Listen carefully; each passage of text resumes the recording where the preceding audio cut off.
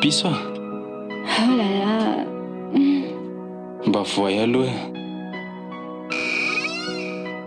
Tonga indray ianao fa nandray mba enoy a androany fotsiny ange raha za ianao tsy miinsiste amin'ntsy lova tena fay eny tsapako ny hoe mafy ny nanao tamin'ireny fa androany a tonga manenina amin'ny vitako rehetra mba enoy a aza miinsiste ao ampizay eny fa mba enoy aloha zay atao-poko hoanao rery zay atao-poko rehetrarehetra ho avoakako eto ambarako anao mba raiso a fona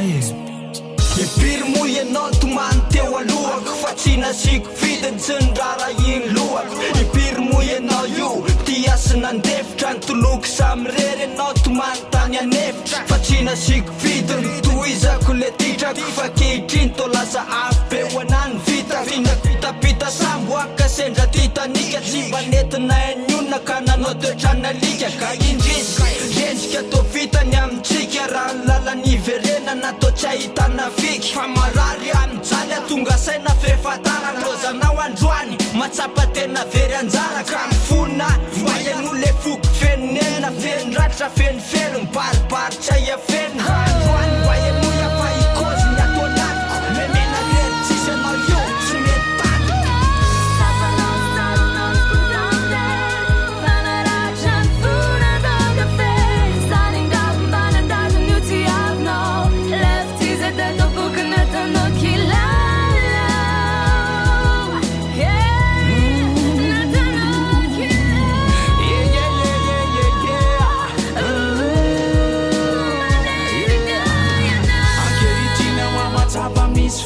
rehetra na ny fahorininy afako ny akaika manapetra ny efitra fa tsy vitandrany andao ka nanararoatra lay fa tsorapontao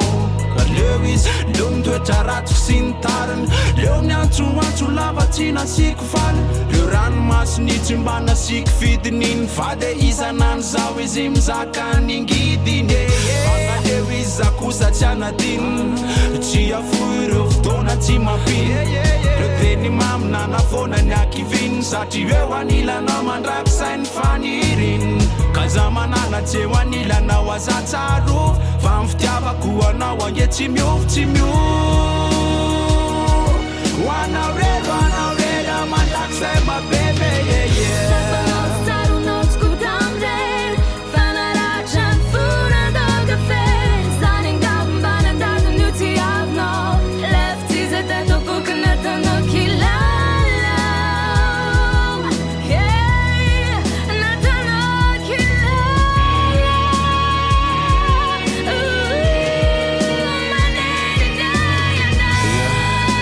kehitriny amatsapa hoe